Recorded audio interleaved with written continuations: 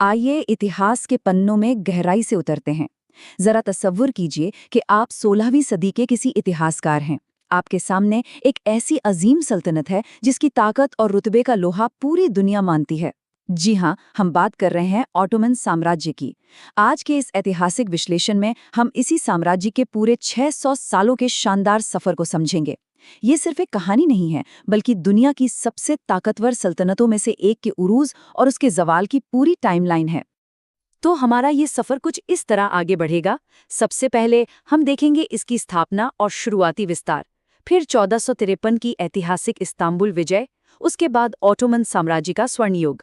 इसके बाद हम उनकी अनूठी शासन प्रणाली को समझेंगे, फिर देखेंगे इसके पतन के मुख्य कारण और आखिर में प्रथम विश्व युद्ध और साम्राज्य का अंत। चलिए शुरुआत करते हैं हमारे पहले भाग से, स्थापना और प्रारंभिक विस्तार। अगर हम इस अजीम सल्तनत की टाइमलाइन पर नजर डालें तो इसका स्केल वाकई हैरान करने वाला है। 1299 में उस्मान प्रथम द्वारा एक छोटे से राज्य की स्थापना से लेकर 1453 में कॉन्स्टेंटिनोपल का पतन, उसके बाद 1520 से शुरू हुआ सुलेमान का वो सुनहरा दौर और फिर सदियों बाद 1922 में सल्तनत का खात्मा। मतलब ये साम्राज्य सदियों तक खुद को प्रासंगिक बनाए रखने में कामयाब रहा। वैसे नामों का सफर भी बड़ा दिलचस्प होता है ना? आपने कभी सोचा है कि ऑटोमन नाम आया कहाँ से? दरअसल ये लफ्ज सीधे तौर पर इस सल्तनत के संस्थापक उस्मान प्रथम से जुड़ा है। उस्मान के नाम से ही ये साम्राज्य पूरी दुनिया में ऑटोमन के नाम से मशहूर हो गया। एक शख्स के नाम का एक पूरी आलमी ताकत की पहचान बन जाना ये अपने आप में काफी बड़ी बात है। और इनकी तरक्की तो बस अविश्वसनीय थी। मतलब जो शुरुआत में एक बहुत ही छोटा सा तुर्क राज्य था, उसने देखते ही देखते अपना दायरा इतना बढ़ा लिया कि तीन महाद्वीपों एशिया, यूरोप और अफ्रीका पर इसका परचम लहराने लगा। एक छोटे से इलाके से निकलकर दुनिया के इतने बड़े हिस्से पर हुकूमत करना, ये इनकी शानदार रणनीति का सबूत है। अब बढ़ते हैं हमारे दूसरे भाग की तरफ, 1453 की ऐतिहासिक इस्तांबुल विजय। 14वीं और 15वीं सदी का ये वो दौर था जिसने मानो इतिहास का रुख ही मोड़ दिया। 1453 में सुल्तान मेहमेद द्वितीय ने कॉन्स्टेंटिनोपल पर फतेह हासिल की। इतिहास में इसे फॉल ऑफ कॉन्स्टेंटिनोपल कहा जाता है। इसी अजीम जीत के बाद इस प्राचीन शहर का नाम बदलकर इस्तांबुल रख दिया गया। ये महज एक फतेह नहीं थी, इसने यूरोप और एशिया के बीच की सियासत और व्यापार के सारे समीकरण हमेशा के लिए बदल कर रख दिए। आइए अब बात करते हैं भाग 3 की, ओटोमन साम्राज्य का स्वर्ण युग, वो दौर जब ये अपनी ताकत के सर्वोच्च शिखर पर था।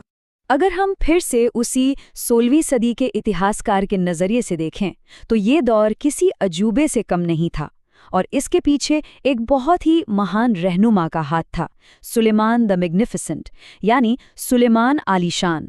1520 से 1566 के बीच उनके शासनकाल में ये सल्तनत अपने चरम पर थी। सुलेमान के राज में ऑटोमन साम्राज्य इतना विशाल और ताकतवर हो गया था कि बड़े बड़े सूरमा इसके सामने सिर झुकाते थे। लेकिन देखिए, ये सुनहरा दौर सिर्फ फौजी ताकत या तलवारों तक ही सीमित नहीं था। ये एक ऐसा वक्त था जब कला, संस्कृति, कानून और वास्तुकला में भी जबरदस्त तरक्की हो रही थी। मतलब उन्होंने ऐसी आलीशान इमारतें बनवाईं और एक ऐसी शानदार तहजीब को परवान चढ़ाया जिसकी चमक आज सदियों बाद भी महसूस की जा सकती है। तो चलिए भाग 4 में हम देखते हैं कि आखिर इतने बड़े साम्राज्य को चलाया कैसे जाता था, उनकी अनूठी शासन और न्याय प्रणाली। 3 महाद्वीपों में फैले इतने बड़े अंपायर को कंट्रोल करना कोई बच्चों का खेल तो था नहीं। इसके लिए एक बेहतरीन प्रशासनिक संतुलन की जरूरत थी। एक तरफ तो सर्वोच्च रहनुमा यानी सुल्तान होता था जिसके पास बेतहाशा ताकत थी, लेकिन दूसरी तरफ एक बहुत ही मजबूत लीगल फ्रेमवर्क भी था जिसमें इस्लामी कानून यानी शरिया और सुल्तान के बनाए प्रशासनिक कानूनों का एक बहुत ही शानदार बैलेंस बनाया गया था। मतलब ये सिर्फ किसी एक इंसान की मनमानी नहीं, बल्कि बाकायदा कायदे कानून से चलने वाली रियासत थी। और इसी निज़ाम की एक बहुत ही खूबसूरत और आधुनिक मिसाल थी उनका मिलिट सिस्टम। जरा सोचिए, इतने बड़े साम्राज्य में तरह तरह के मजहबों के लोग रहते थे। इस सिस्टम के तहत अलग अलग धार्मिक समूहों को यह पूरी आज़ादी दी गई थी कि वो अपने अपने तरीके से जिएं और अपने अंदरूनी मसले खुद सुलझाएं। उस जमाने के हिसाब से ये बहुत ही आगे की सोच थी। इसी रवादारी ने सल्तनत में लंबे समय तक अमन कायम रखा।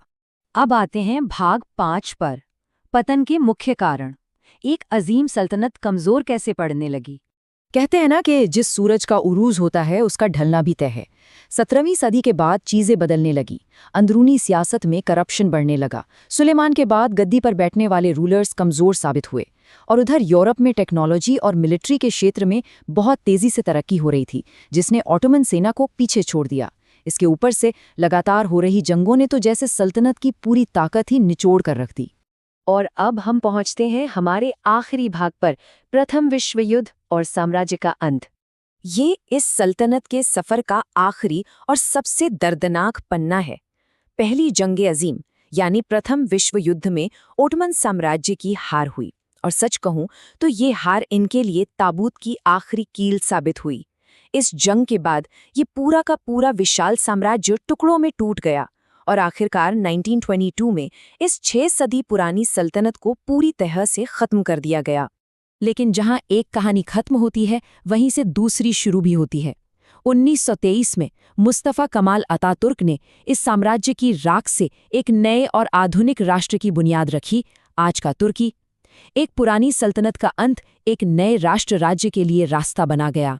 पूरे 600 साल, जरा इस नंबर को पर्सपेक्टिव में रख के देखिए। लगभग 6 सदियों तक इस साम्राज्य ने विश्व इतिहास और सियासत की दिशा तय की।